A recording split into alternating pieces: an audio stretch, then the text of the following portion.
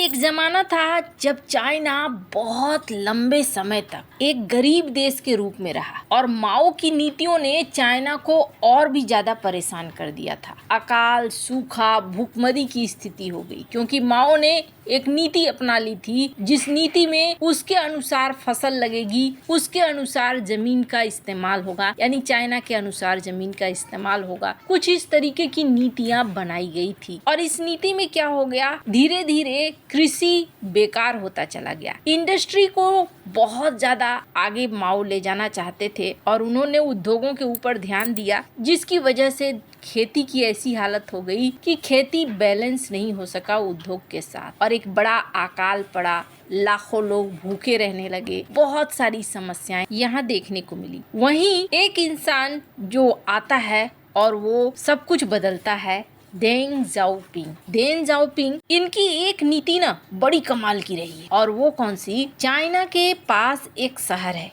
इस शहर का नाम है शेंजन। और अगर शेंजन शहर की बात करें तो करीब 17 लाख की उस समय आबादी थी शेंजन की। और शेंजन में ज्यादातर मछुआरे रहते थे। इन मछुआरों का काम क्या था, इन मछुआरों का काम था मछली पकड़ना, मछली को बेचना और कोई कुछ भी नहीं। शेंजन एक समय बहुत ही छोटा सा गांव था और इसे मछुआरों का गांव कहा जाता था। जनसंख्या भी बहुत कम थी और यहाँ की अर्थव्यवस्था खेती पर चलती थी या मछली पालन पर चलती थी। कोई बड़ा इंडस्ट्री वगैरह कुछ भी नहीं था। साल 1980 में देंग जाओपिंग ने इसे एक स्पेशल इकोनॉमिक जोन घोषित कर दिया और जब स्पेशल इकोनॉमिक जोन घोषित कर दिया तो यहाँ अमेरिका के साथ रिश्ते तो बन ही चुके थे। फॉरेन कंपनियों ने यहाँ फैक्ट्री लगाना शुरू कर दिया क्योंकि शेंजन में काफी छूट दी जाने लगी और छूट को हासिल करने के लिए फॉरेन कंपनियां यहाँ पहुँचने लगे। टैक्स कम थे, नियम फ्लेक्सिबल थे, इन्वेस्टमेंट आसान था। यहाँ पर था एक्सपेरिमेंट करो और तेजी से डेवलप करो और कुछ ही सालों में यहाँ कई सारी फैक्ट्रियां खड़ी हो गई। बहुत सारे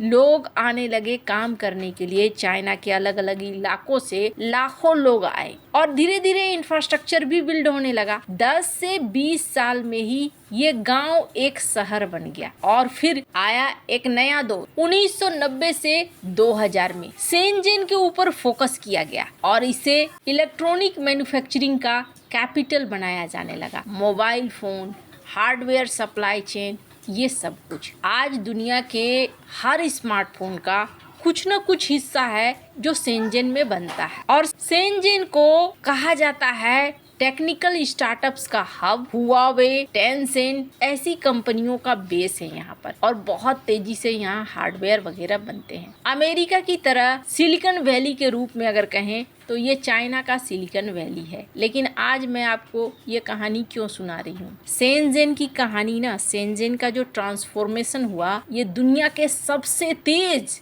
ग्रोथ स्टोरीज में से एक है कि एक गांव किस तरीके से ग्लोबल टेक पावर हाउस बन गया। एक गरीब चाइना इलेक्ट्रॉनिक्स से इसने शुरुआत करी और इलेक्ट्रॉनिक्स से शुरुआत करते हुए ये कितने आगे तक बढ़ गया। पर कहते हैं ना, इतिहास बदलता है और सबसे बड़ी चीज होती है कि अहंकार लेकर डूब जाता है।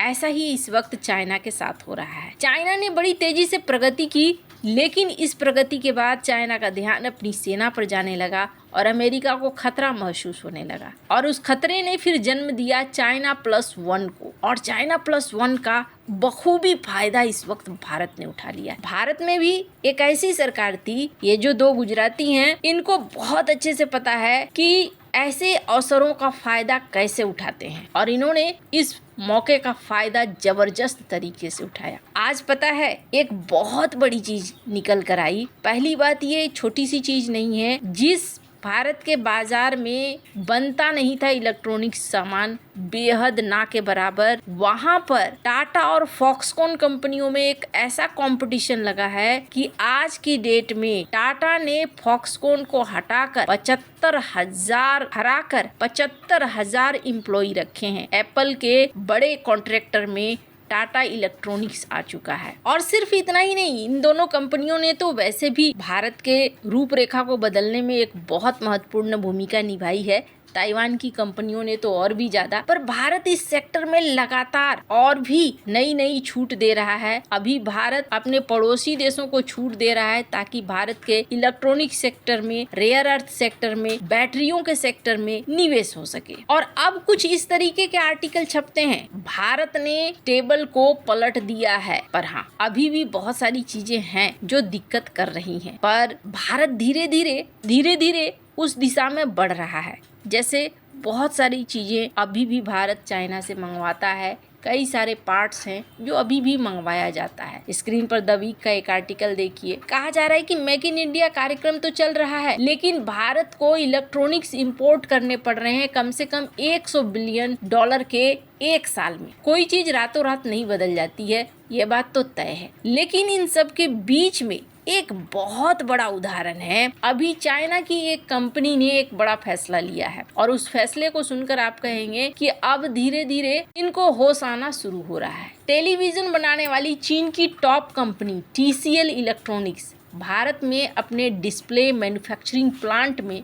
51% हिस्सेदारी बेचने की तैयारी में। इसके लिए उसकी भारत की कई कंपनियों से बातचीत चल रही है। कहा जा रहा है चीनी कंपनी इसके लिए $600 से $800 मिलियन मांग रही है। TCL का प्लांट आंध्र प्रदेश के तिरुपति में है। ये देश की एकमात्र ओपन सेल मैन्युफैक्चरिंग यूनिट है। इस प्लांट में TV, smartphone, laptop, tablet, automotive screens में यूज होने वाले डिस्प्ले के लिए क्रिटिकल कंपोनेंट्स बनाए जाते हैं। कहा जा रहा है कि चाइना की ये कंपनी अपने शेयर को बेचना चाहती है। 51% का मतलब हो गया कि एक बड़ा शेयर जिसमें कि डिसीजन लेने का फैसला उस नई कंपनी को हो जाएगा। कहा जा रहा है कि TCL अपने लोकल यूनिट में 2 लोकल पार्टनर्स को शामिल करना चाहती है। कंपनी इसमें 49% का स्टेक रखना चाहती है और सबसे बड़ी शेयर होल्डर बनी रहना चाहती है। वो हायर के तर्ज पर अपना स्ट्रक्चर बनाना चाहती है, जिसने हाल ही में लोकल यूनिट में 49% हिस्सेदारी भारतीय एंटरप्राइजेज और भी कई